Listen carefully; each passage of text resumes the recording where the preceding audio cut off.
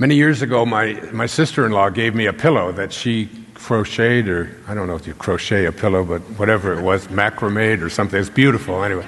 And it had the words written on the pillow said, "I'm allowed." And I had that pillow just sitting there on the couch, and every time I would wonder whether or not I should do this, or I can do that, or is this the proper thing to do, it was always those two simple little words: I'm allowed. I'm allowed to do whatever it is that doesn't interfere with anybody else's right to be allowed to do what they feel they can do. That's something that's within me, that I have that, and that I don't need permission. So this whole idea of being allowed, it's like you have to find a way within yourself to follow your excitement, to follow your passion. That thing that's inside each and every one of us that says, you have to do this, you have to go in that direction.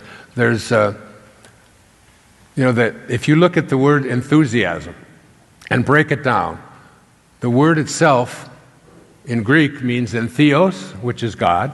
Yasm means within, the God within.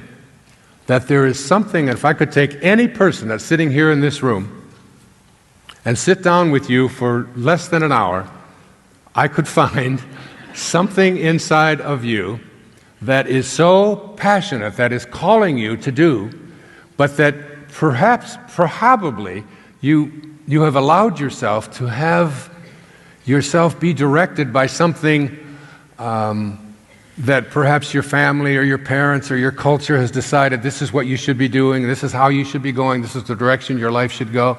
But there's like this word dharma, and it means you're like your divine purpose, that you didn't show up here by accident.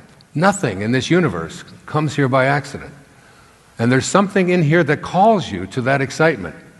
And whenever it is that excites you inside of you, that you feel you have to do, but you've disallowed it because you've submitted to somebody else's idea of what your dharma should be, is the cause for so many things that are troubling and difficult, so much illness, so much sickness that goes on in our world. One of the books that I read when I was very young was handed to me by a man I respected a great deal. And in it was written by Napoleon Hill, and it was called Think and Grow Rich. And it wasn't a book about how to make money and how to get rich. It was really a book that was transformative when I read it at the age of 18, which taught how to have a deeper and a richer experience of life. And that the people who are able to have this deeper and richer experience of life were not necessarily those who did things the way they were told to do things. In fact, what they had that seemed to distinguish them more than anything else from those who didn't achieve a measure of success and inner peace in their lives was something that he called a burning desire.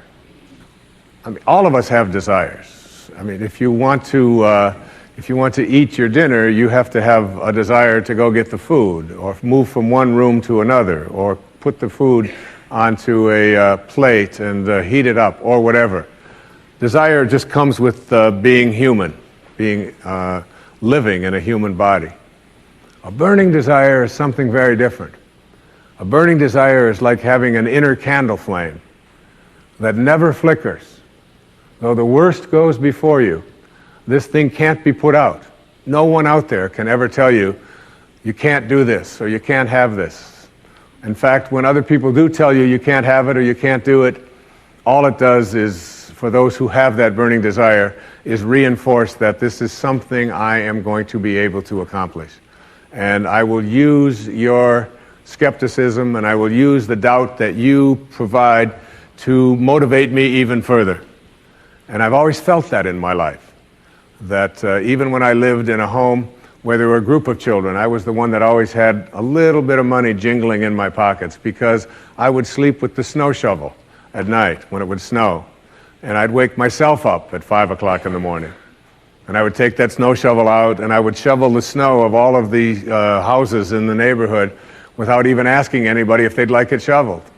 And then I'd go back and knock on the door. And I can remember the other kids always saying, Wayne is the one that had money jingling in his pocket. And it wasn't because I had any special abilities that the others didn't have. It was because I had this thing called a burning desire to be able to have within me whatever I needed to be able to purchase the things that I wanted.